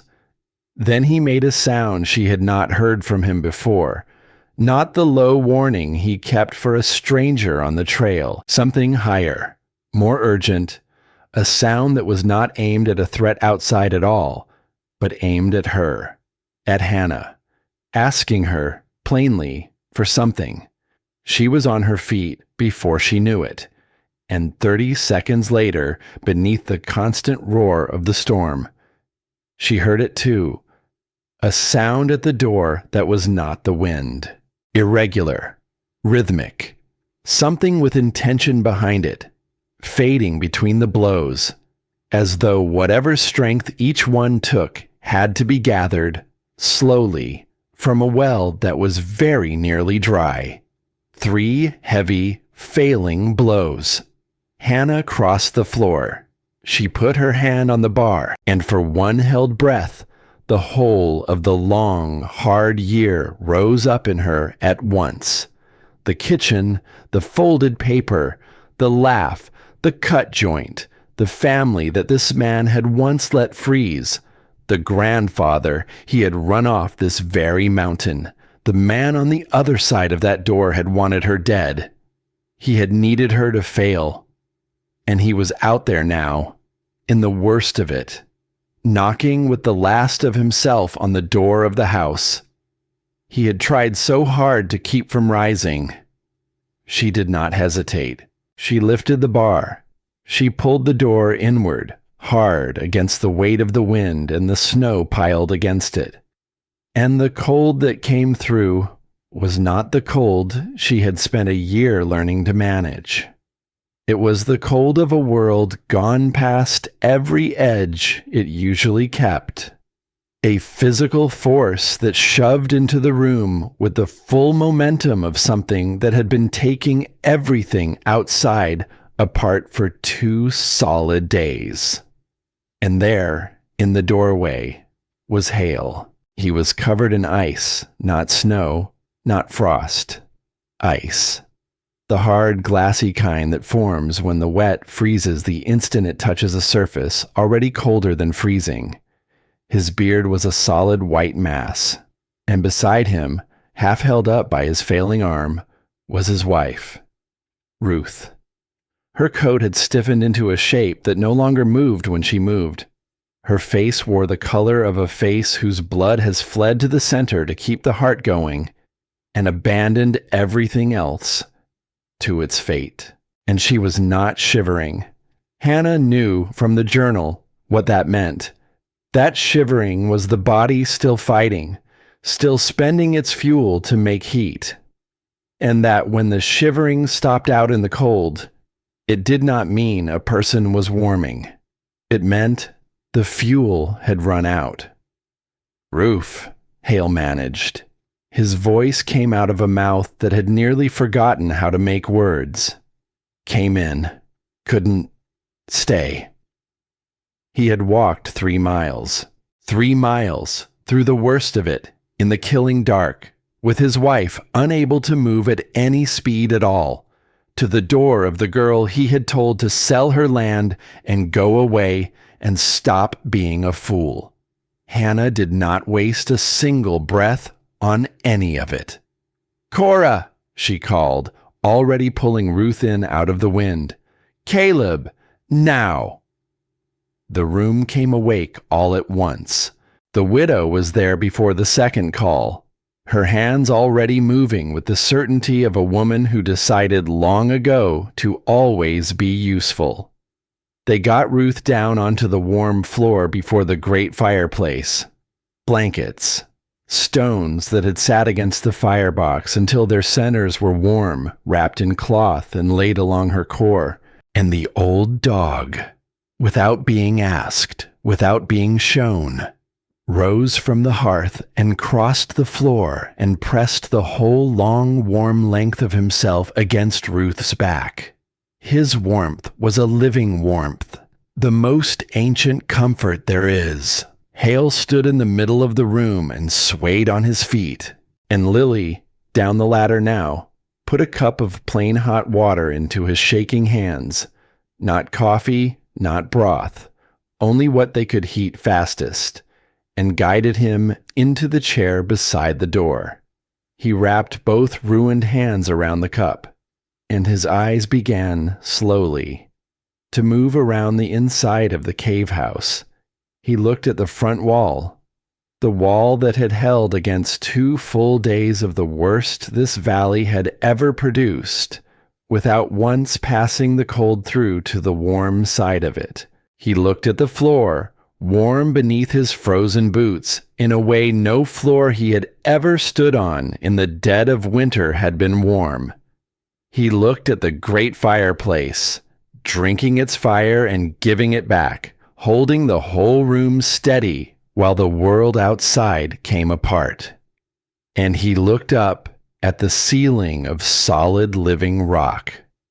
Rock that had not moved in longer than there had been people to wonder at it, and would not move tonight, no matter what the storm demanded of everything else. He looked at all of it for a very long time. It took the better part of an hour before the warmth reached far enough into Ruth to bring the shivering back. The hard, whole-body kind that meant her body had resumed the fight at last. When it came rough. And Hannah held her through it on one side, and Cora held her on the other, until it eased. And only then, with his wife breathing easier and her color crawling slowly back, did Hale speak again. His voice had recovered enough to be clear, but it had lost the register it had always lived in before. The easy certainty of a man who had been right about most things for so long that he had come to mistake being certain for being good. What was left was plainer, stripped down to something underneath. "I was wrong," he said. The fire moved in the stone. "I told you that you were building your own grave," Hale said. "I told you this cave was a fool's idea. I told you 2 girls couldn't survive what this mountain asks. He looked at his wife, breathing on the warm floor, alive. You built the one place in this whole valley that was going to be standing when this was over, he said, and you opened the door of it to me. Hannah said nothing. There was nothing she needed to say. The mountain had already said it. The storm had said it. The ice on his coat and the color returning to his wife's face had said it more completely than any words of hers ever could. The point had never been to be proven right. The point had been to build a thing that would hold, and to make that holding available to whoever, in the end, needed it most. And tonight, it turned out that the one who needed it most was the man who had laughed the loudest. They were not the last to come. All through that second night and into the gray of the day after, they came, in ones and twos, drawn through the white violence toward the one light that had not gone out. People whose own walls had failed them. People who had laughed, and people who had pitied, and people who had simply been caught too far from safety when the sky came down. A family with small children, wrapped in everything they owned. A man carrying his young sister on his back, her legs long gone out from under her, faces Hannah knew from the store, from the church, from the long, slow chorus of those who had called her foolish. One by one, the door opened. One by one, she pulled them in. The house her grandfather had drawn for 2 had been built by a family of believers. And now it held more souls than any of them had ever counted, spread out across the warm floor and back into the deeper stone, where the cold could not follow. 14 in the end. 14 people alive in a house that the whole valley had promised would be a grave. And through it all, the great stone held its warmth, and the dog moved among the frightened and the freezing like an old shepherd among his flock, and a 19-year-old girl with one arm still slow to heal moved from soul to soul, feeding the fire, checking the weak ones, doing the patient, unglamorous work of keeping the living alive. Outside, the storm raged on toward its end. Inside, the mountain kept every promise the old man had made on its behalf. And somewhere in that long, crowded, firelit dark, the valley that had laughed began, quietly, to change its mind. The storm ended the way such things end, not with a last great cry, but with a silence so sudden and so complete that the very absence of sound was what finally woke her. Hannah opened her eyes in the gray before dawn and lay still a long moment, not understanding what had changed. The world had a different shape to it, a different weight. And then she understood. It was the quiet itself. The long, unbroken roar that had filled the cave house for the better part of 3 days was simply gone. It was over. She rose carefully, stepping around the sleeping bodies that lay close together across the warm floor, past the children tucked against their mothers, past the old and the frightened and the saved. She went to the door. She leaned her weight against it, and she pushed it open against the snow piled deep on the other side. And the world that met her had been made entirely new. The light came off the fresh white surface so bright and so absolute that she had to lift a hand to shield her eyes. After 3 long days of cave and lamp and firelight, the snow lay deep in the open places, deeper than she had seen it in all her life. The trees that still stood had been reduced to pale, hooded shapes, bowed under loads they could barely carry, and some of the trees were no longer standing at all.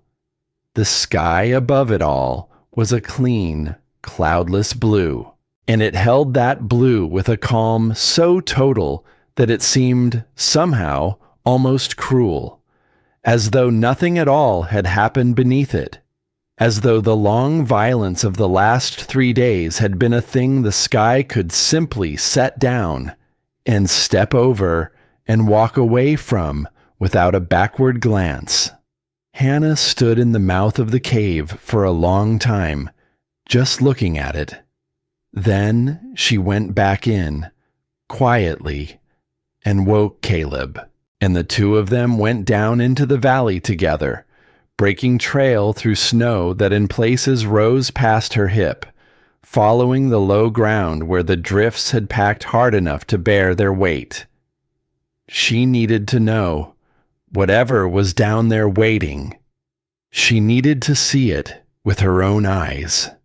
What they found, she had half known they would find. That did not make the finding any easier on her. The cabins of the valley had not weathered what the cave house had weathered. Roofs had come in under the great weight of the snow. Walls had blown out when the load found the one weakness no one had ever known was there.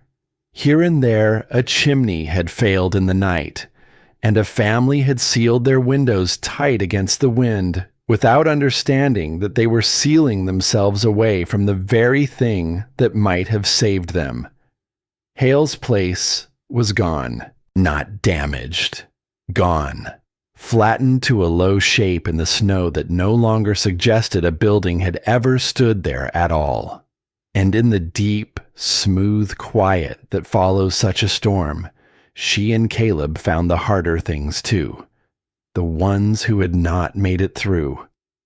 The story will not linger over them, and Hannah herself never spoke of the details after that day. For some griefs are owed more gentleness than words can give them. It is enough to say that the valley lost good souls that winter. People who had lived through a great many hard seasons in the old kind of houses. People who had not been careless by any measure the valley had ever thought to use. People who had simply been living their whole lives inside a kind of slow failure that no one had ever taught them how to see. Hannah stood in the ruin of one such home, with the cold blue sky overhead and the smell of snow and broken timber in the still air. And she waited to feel the thing she had braced for. She had expected, somewhere down in her, to feel proven right at last. To feel the bitter satisfaction of a person who had been laughed at, and was now standing in the snow while the laughter lay buried. What she felt instead was nothing like that. It was grief of an altogether different temperature, not the sharp, tearing grief of losing the two people she had loved most in the world. Something duller, something deeper. The slow, corrosive ache of understanding that all of this had been preventable and had happened anyway. She had spent a whole year building the answer, just up the slope, and the answer had not reached the people who needed it most. They had not died for lack of warning. They had died because the warning had come to them dressed as foolishness. And they had been taught their whole lives to laugh at the foolish and to trust the certain. And the most certain man in the whole valley had been the very one who taught them how. They gathered, the survivors, when the trails had opened enough to let them. Nearly the whole of the valley came in the end, which said something all on its own about what the storm had done to people's willingness to sit alone in their houses and keep their private opinions to themselves. They carried the marks of the week on them, bound fingers, faces stripped raw and red by the cold, the particular hollow look that settles on people who have stood very close to the edge of a thing and only just managed to step back from it. And when the low talk had finally quieted, a man stood up. It was Hale. The room turned toward him with that special, breath-held attention. A room saves for a man who has lately been wrong about something large, and wrong about it in front of everyone he knows. He was not built for the position. The discomfort of it sat on him plainly, in the stiff set of his shoulders, in the way his hands would not stay still. He held himself with the careful, deliberate uprightness of a man who has decided to meet a standard he is not at all certain he can reach. "There's a thing that needs saying," he began, "and it needs saying out loud, right here, where it got said wrong the first time." His voice steadied as he went.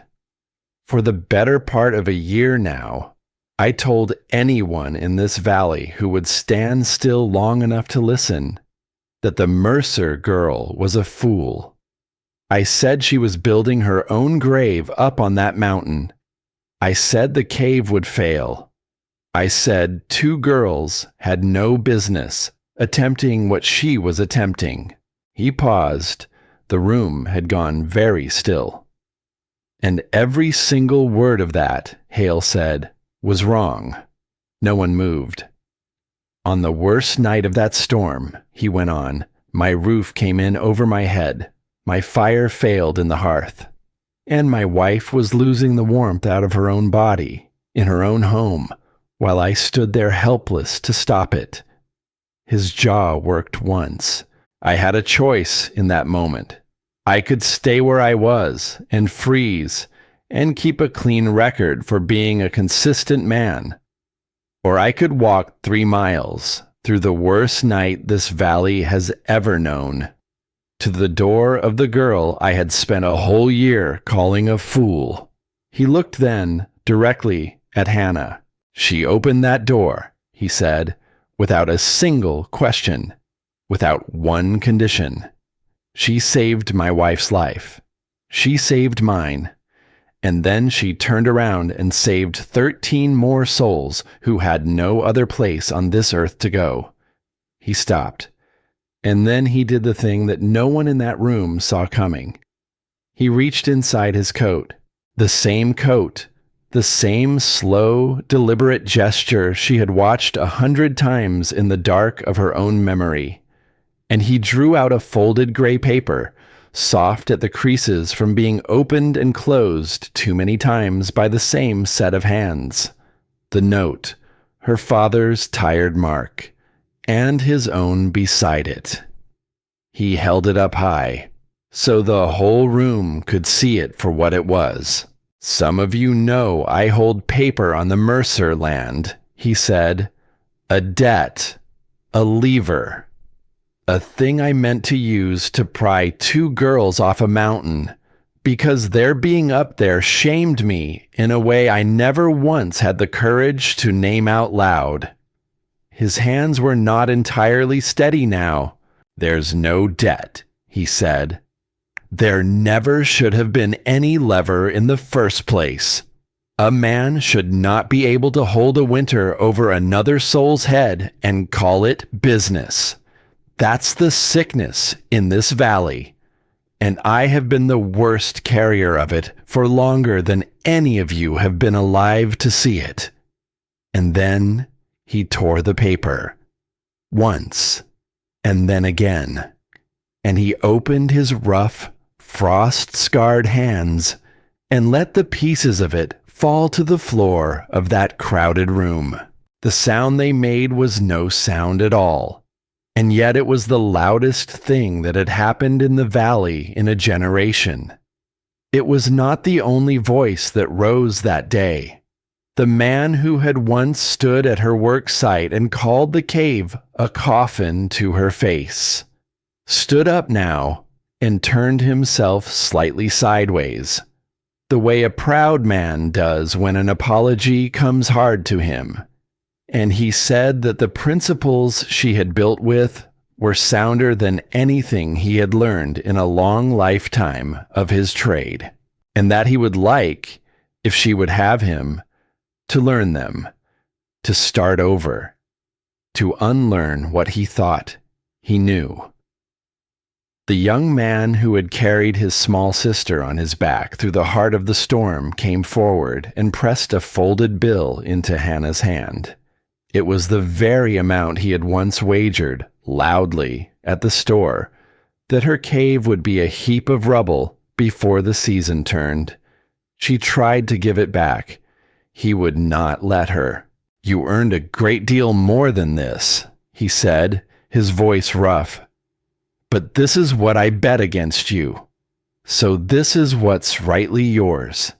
My sister is alive because of what you built.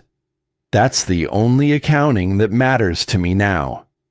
And Hale's wife, Ruth, crossed the whole length of that crowded room to where Hannah sat, and took both of the girl's hands in her own, and held them, and did not let go for a long while. "There is nothing a person could ever give you," Ruth said quietly, "that equals what you gave to us." Her eyes were wet, but her voice came out clear and certain. "You opened that door without once asking why we were standing on the wrong side of it, without asking what we had said about you all that long year, before the night we needed you." She pressed Hannah's hands hard between her own. "That is the whole measure of a person, child," she said. "Not the thing they manage to build, what they choose to do with it once it stands." By the time that gathering broke apart and the people made their way home through the deep snow, the shape of the whole valley had quietly changed. Several families had asked Hannah to help them find their own ground, to teach them the old man's method, line by line, to open the journal and share its pages. The mountain had spoken at last, in the only language it had ever known how to speak, and the people who had survived to hear it were, finally, ready to learn. Spring came the way spring always comes to the high ground, not all at once, slowly, as a kind of negotiation, the snow giving back the slope one warm day and reclaiming it the next, until at last it accepted the terms of the season and withdrew up the mountain, leaving the creek below running loud and brown and full with the melt of it. And Hannah did the thing the valley had asked of her. She walked the terrain the way her grandfather had once walked it, reading the hillsides not for what they showed on the surface, but for what they held underneath. Stable rock, the right depth, an entrance that would take the low morning light and turn its back on the worst of the wind. Caleb walked beside her on most of those long surveys. The thing between the two of them had grown the way warmth grows into a cold room, gradual and quiet, and somehow already settled and certain before either of them had thought to give it a name. He no longer asked her how a thing worked. He had learned all that. Now he asked her the harder questions, the questions of judgment.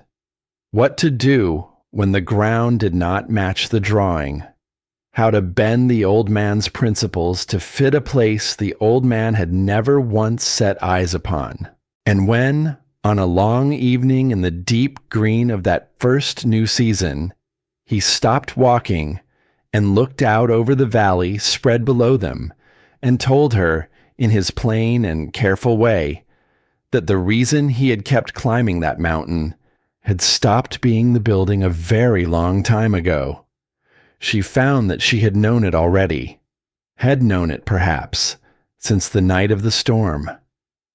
"Then ask me properly," she said. And he did. The young man who had once cut the scaffold in the dark, the one who carried her grandfather's name, built a house for his 8-year-old sister that very season. He learned the work so well and so hungrily that he became in time one of the surest builders the whole valley had.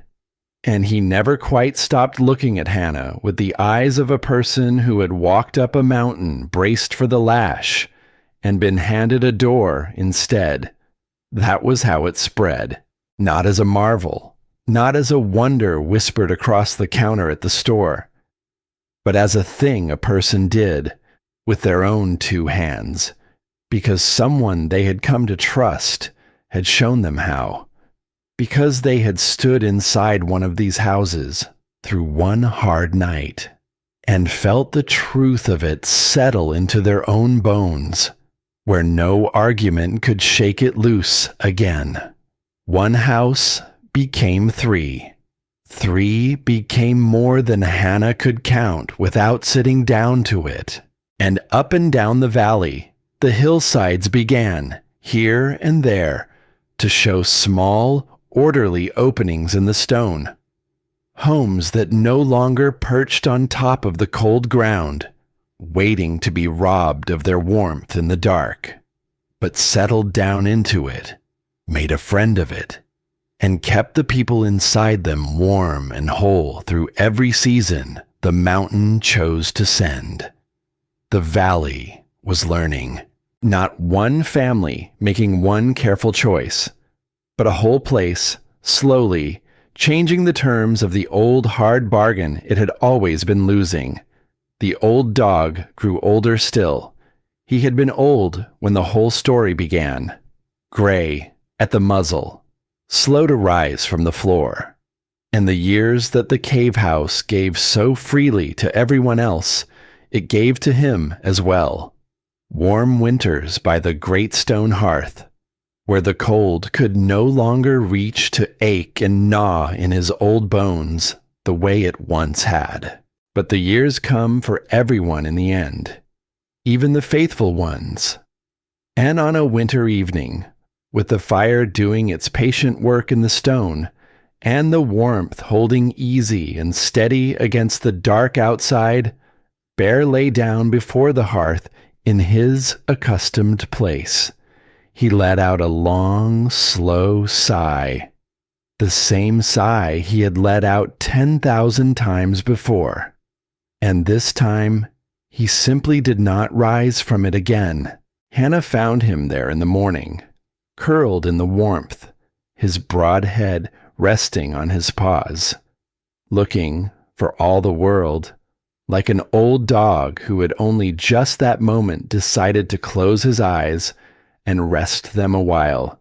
She knelt beside him a long time, and she thought of the cemetery, of the very beginning of all of it, of an old dog who had refused to leave 2 fresh graves, who had sat in the killing cold with his paws flat on the frozen ground, keeping the only kind of watch he understood, and who had then, somewhere in that gray and bitter dawn, lifted his head and looked at a frightened girl with a journal in her hands, and chosen, instead, to keep watch over the living. He had carried them, in his own quiet way, from the graves to the hearth, from the end of one family, all the way to the start of another. They buried him on the slope that faced the morning light, beneath a pine tree, in ground the worst storm would never reach to disturb. And the marker she set above him was plain, the way the old man's drawings had always been plain. It said only the truest thing she could think to carve into the wood. He stayed. When everyone else turned for home, he stayed. The journal itself changed over the long years. It had come to her as a finished thing, a dead man's completed faith, folded carefully into oilcloth and left waiting in the cold dark of a chest. But it did not stay finished, because the mountain kept right on teaching, and the people kept right on building, And every new house met some new condition the old man had never once imagined, on ground he had never walked in his life. And each time it did, the answer was not in the old pages. The first time that happened, it frightened her. The discovery that the journal had an edge, that she had walked all the way to the end of her grandfather's knowing, and found bare ground past it, with no marker to follow. And then, slowly, it stopped frightening her at all, because she came to understand, at last, what the old man had truly left her. Not a set of answers to be looked up and copied out. A way of asking the question. So she began to write, in the back of the journal, after his last few wandering lines, in her own steady hand, the new problems, the new solutions, and the names of every soul who learned them. The widow's clever fix for a floor that would not sit level went into those pages, with her name set proudly beside it. The young man's way of turning aside a wind that no drawing had foreseen went in too. And so the journal stopped being a thing handed down from the dead, and became a thing carried forward by the living. The old knowledge kept safe in the back, the new knowledge growing at the front, season by season, hand by hand, written by people whose names were not Mercer at all, but who were carrying the very same fire, down the very same long road, toward the very same warm and stubborn purpose. A man can carry a wrong a long way, the old man Tom Fenn had told her once, on a gray morning near the beginning. It turned out a person could carry a gift a great deal farther. The years were good ones in the way that years are good when a person is doing work that truly matters, surrounded by the people they have chosen and who have chosen them right back, not without loss, never once without loss, but with a bright, unbreakable thread of meaning running straight through the whole of it that not even the losses could cut. Hale lived out the rest of his days as the loudest and surest voice for the very method he had once tried so hard to laugh out of the valley, and his voice carried in a way that Hannah's never quite could, because there is a particular and heavy weight to the words of a man who stands up before everyone he knows and says, plainly, without flinching, "I was wrong. And here is exactly what my wrongness cost. And here is what the truth went and built in its place." A man who can only ever be right, he told a gathering once, near the end of his life, is not much use to the people standing around him. It's the man who can be wrong, and say so, out loud, to the faces of the very people he was wrong about. That one. That's the man who has finally learned something worth the knowing. The widow built her own house on the slope above, and lived in it with the deep and quiet contentment of a woman who had constructed, with her own two hands, the exact life she had decided that she wanted. And Hannah and the young man who had asked her properly, in the green of that first spring, made their life together, inside the very house that the whole valley had once promised would become her grave. Her grandfather had drawn a shelter for two girls who needed not to die in the cold. What grew up inside those fitted stone walls, in the fullness of the years, was a family, and a whole valley changed, and a quiet, stubborn proof, standing plain on the high ground for anyone with the legs to walk up and see it, that the people who tell you a thing cannot be done are very often only telling you the precise size of their own imagination. It was many winters on, gray come into her own hair now, the years sitting easy on her shoulders, when the knock came. Not the heavy, failing blows of a grown man at the very end of his strength. Something smaller, lighter, hesitant. The snow was coming down soft and slow and steady outside, the way it had come down on the very first day of all of it, so long ago. And the fire was holding easy in the great stone hearth. And the room was warm, in the way it had been warm for more years than she cared to sit and count. Hannah crossed the floor. She put her hand on the bar of the door, and for just a moment, the whole long story rose up in her at once.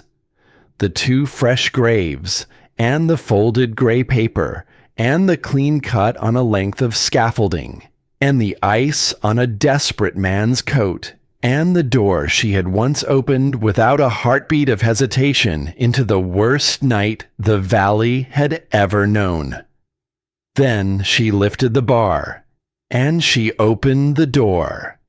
And there, on the dry apron of bare ground beneath the brow of rock, stood a girl, small, thin, shivering inside a coat that was nowhere near enough for the bite of the season. Alone in the soft, falling snow, with the particular lost look of a child who has run clean out of warm places to go, and has come at the very end of her hoping to knock on the door of a story she had only ever heard told in whispers. She had no one. That much was plain in every line of her. She had heard, perhaps, somewhere down below, that there was a woman who lived up on the mountain, a woman who took people in, who opened her door, who had once, very long ago, been a girl with nothing in the world herself. The child looked up at Hannah. She did not say anything. She did not seem to have the words for it. And Hannah looked down at her, at the shivering in the thin coat and the lost and frightened eyes. And she felt the whole long sweep of the years close, gently, into a perfect circle. She had stood exactly where this child was standing now. She had once been the one out in the cold, with no place left in all the world that belonged to her, and someone, long before she had even been born, had walked this very ground, and found this very hollow in the patient stone, and folded a promise into oilcloth against the day a girl just like this one would come to the end of the warm places, and need somewhere safe to stand. Hannah knelt down, slow, in the doorway, so that her eyes came level with the child's. The light and the warmth of the cave house spilled out past her, into the cold and the soft falling snow, and lit the child's pale face. "Come in," she said gently. The child did not move. Not yet. As though she could not quite let herself believe the open door was real. "Come in, child," Hannah said again. And she held out her hand. The same hand, the very same gesture. She had once held out to a frightened young man with a blade and a hard, cruel winter standing behind him. "It's warm in here. The mountain holds the warmth for us. It always has. For longer than anyone can rightly say." She drew one slow breath. "There's room," she said softly. "There has always been room here. Come in now. Come in out of the cold." And the child reached up and took her hand and stepped across the threshold, and the door closed gently behind the two of them, soft and certain, against the falling dark. The house her grandfather drew is standing still. It outlasted the laughter, and the folded paper, and the man who once held it over their heads. It outlasted the storm that came down off the high ridge to prove the whole valley right, and proved it wrong instead. It outlasted, in the slow and certain and patient way of stone, very nearly everything that had ever once stood against it. And it holds, to this day in the telling, the one steady number the old man measured out before any of them were born. The temperature of the patient earth, deep down where the weather cannot reach to change its mind. It does not bargain. It does not take a single day off. It simply holds, the way the right kind of love holds, the way a promise holds, when the one who made it meant it all the way down to the ground. What the girl built there, in stone and timber, a person can still climb up and see with their own eyes. But what she built in the people all around her, the willingness to learn what the cold truly asks of a person, the hard courage to be wrong out loud, the simple, saving grace of opening a door to whoever happens to be freezing on the other side of it. That is harder to point a finger at, and no less real for it. It is carried now in the small, warm houses scattered up and down those quiet hillsides, and in the people who live their whole lives inside them, warm and safe through every hard season that comes. And in a child, once who knocked on a door in the falling snow, and was not, for one single moment, turned away. They said the two orphan sisters would not last the winter. They were wrong, and the truth of it is standing on that mountain still, patient and warm and holding fast. Because the people who tell you that you are building your whole life wrong are most often only describing, without ever once meaning to, the narrow limits of their own. Build for the cold that is truly there, and then let the work speak for itself.